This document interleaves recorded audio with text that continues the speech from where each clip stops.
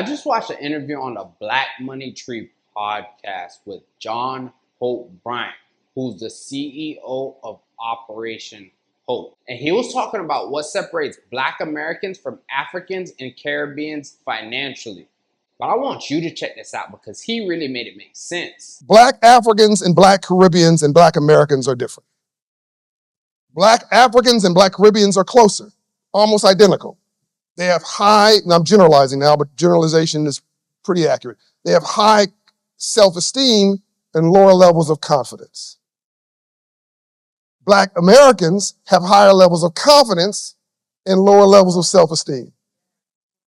Because of slavery lasted here longer, it was turned into a business, and it was an intentional desire to destroy your spirit, because if they had this black man here, coming here with all that build and all that brawn from, by the way, they say they went to Africa, oh, we're dumb, we're stupid. Knock that off. 1600s, 1500s was an agricultural age.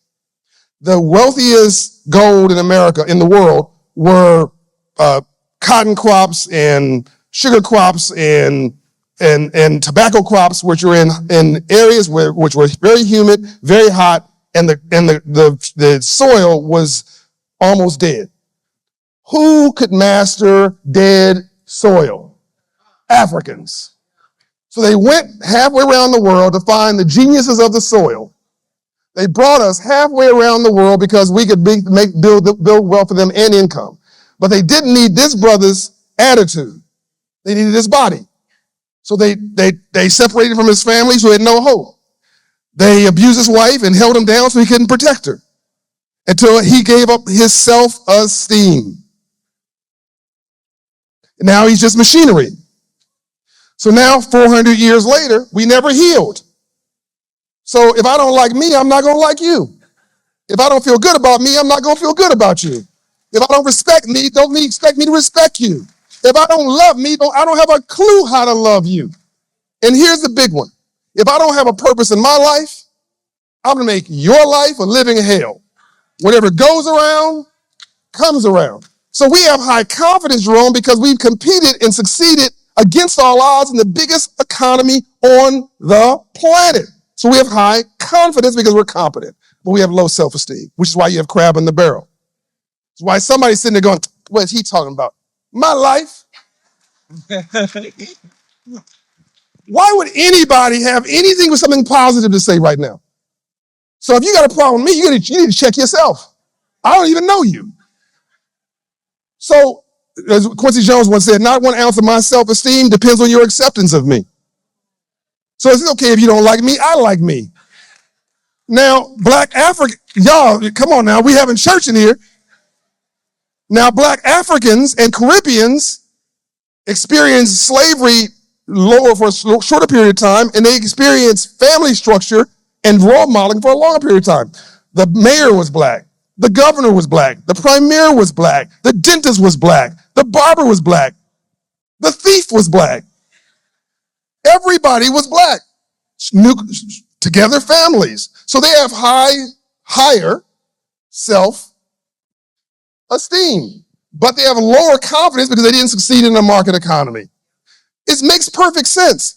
So that's why when Black Africans or Caribbeans come here, within 2 or 3 years, they're killing it. Yet the Ethiopians in Washington, D.C., they're at the Park Hyatt parking the cars. Within a couple of days, they've hired the buddies to be valets. Within a few weeks, they're also the taxi drivers. Within a couple of months, they put the money in for an Uber car. Now they got a black car. Now they got 3 black cars. Now they live together. Now they have their entire staff in the front of the lobby. They have the valets. They got the taxi. They got the Ubers. They're willing to rent you an apartment if you want one. I mean, but that's because the hustle was the only ingredient that they missed, the opportunity. Black people, Black Americans are the role models for the world. But we've got a little bit confused because we think that's enough. After listening to what he had to say, I completely agree because I've experienced it in my life. Because I have Caribbean parents. Both of my parents were born in Jamaica, and I'm the first one in my family born in America. So I had a completely different upbringing from they did. And I can just see the mindset that they have. And the way that it's affect me is completely different because I have the confidence as well as the self-esteem because of the environment that I was raised in. Since I come from a Caribbean family and I traveled back and forth throughout my life, I was not confined to the reality of America. I knew that there was so much more out there in the world. And since I was able to travel at a young age, I didn't have the same beliefs that many other people have, especially about self. Like he said, not 1 ounce of my self esteem depends on your acceptance of me. Ever since I was a child, I did not care about what people thought of me because that's the culture that I come from. I'm gonna be me. Like, I don't really care about how you feel about me. At the end of the day, if you got a problem with me, we can handle that however you want to. There's a whole lot of space and opportunity. But now that I'm grown, I ain't really trying to get physical. We could just have a conversation like men. Because a lot of the times, a lot of things get misconstrued just because you're having a wrong conversation with the wrong dude. So it don't even really make sense to waste my time. There's quite a few things that lead to that disparity in mindset. The reason why Black Americans tend to have a higher confidence while Africans and Caribbean people tend to have higher self-esteem. As he mentioned, the family dynamic is one part of it. And the fact that Black Americans were able to experience a thriving economy. That's the reason on a macro level. But when you look at it on a micro level, some of those reasons are the credit system, freedom to travel, and access to opportunities. In America, we have a well-established credit system. If you have a good credit score, you can go to the bank and you can get funding for pretty much any idea. And if you have an idea that you're not able to get funded for, there's creative ways that you can get around that. But that credit system allows poor people to get access to capital to create wealth because it's the flow of capital and transactions that allows an individual to create wealth. Because if I can go to a bank and I could get $30,000 or $40,000 and I'm able to use those funds to fund an idea, that gives someone an unfair advantage in comparison to someone that started from scratch with no resources. And freedom to travel. The American passport gives American citizens visa-free access to well over 150 destinations. There is no country in the Caribbean or Africa that has a stronger passport than America. While there are quite a few countries in the Caribbean that have pretty strong passports, and the passports for the countries in Africa don't have a significant amount of destinations that they're allowed to travel to. And the reason why this is important is because experience is the best teacher. Once you immerse yourself in a new environment, it gives you new ideas because you're able to see a new way of life. So if you're in America and things are not working out for you, you have the freedom to go. And you can go wherever you're treated best. That's your choice. But the thing is, certain people in many parts of the world don't have the same choices as you. And that is called privilege. That leads us to the third reason. Opportunities, opportunities, opportunities.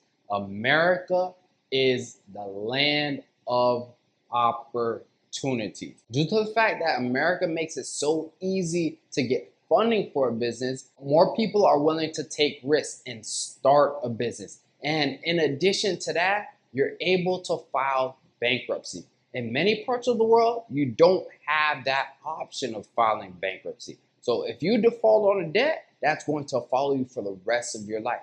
But in America, if you start a business and things don't work out, you have the ability to file bankruptcy. And it's going to affect you for about 7 years. But After that, you can start over from scratch. It's like making a mistake, doing your time, and then pressing the reset button. Just imagine what life would be like without that option. Well, to be honest, I'm glad I don't have to. This has made me realize that the environment that we grow up in really does have a huge impact on our life. Because I remember growing up and my mom would just worry about so much. Every little thing she would worry. Like it didn't even make sense after a while. But I was just a free spirit. I was willing to take risks. My mom doesn't know how to swim. She's afraid of heights. There's so many fears that I've helped her overcome, especially with traveling. I remember when I took her to Vegas and we drove to the Grand Canyon. They had this clear glass thing that you could walk out into the Grand Canyon and you could see the bottom of it. So it's like you were standing in the middle of the Grand Canyon. And she was so scared to go on it. I mean, scared to the point that she started shaking and crying as I was bringing her out onto the bridge. And after a little while, she realized that there was nothing to be scared about, and she overcame the fear. And then the guy asked us if we want to take pictures. And I seen a grown lady turn into a little kid. She said yes. And then she started making all types of poses. She was on the floor in awe. At that point, I knew she was having a ball, and we didn't fall. So it was an amazing experience, and I'm glad that I was able to share that with her. But there was another time where we took a trip to Atlanta, and we drove to Chattanooga, Tennessee, so that we could see the 7-state lookout. And there was a bridge that we had to cross. And when she was crossing the bridge, she was taking little tiny steps and she started crying because she thought the bridge was gonna fall. But now I'm beginning to understand that when you're raised in certain parts of the world, you see things that traumatize you, and that's going to affect your ability to take risks. But in America, things are done up to code, so they know that it can withstand a certain load. But in other countries, things are done willy-nilly, and that creates a lack of trust. So a lot of the citizens have a pessimistic outlook when it comes to certain things, and they're not willing to take certain risks because they're going to be risk averse, because they're in fear for their life. And that's most important for an individual in their childhood. But I'd like to hear what you think about what John Hope Bryant said during that interview.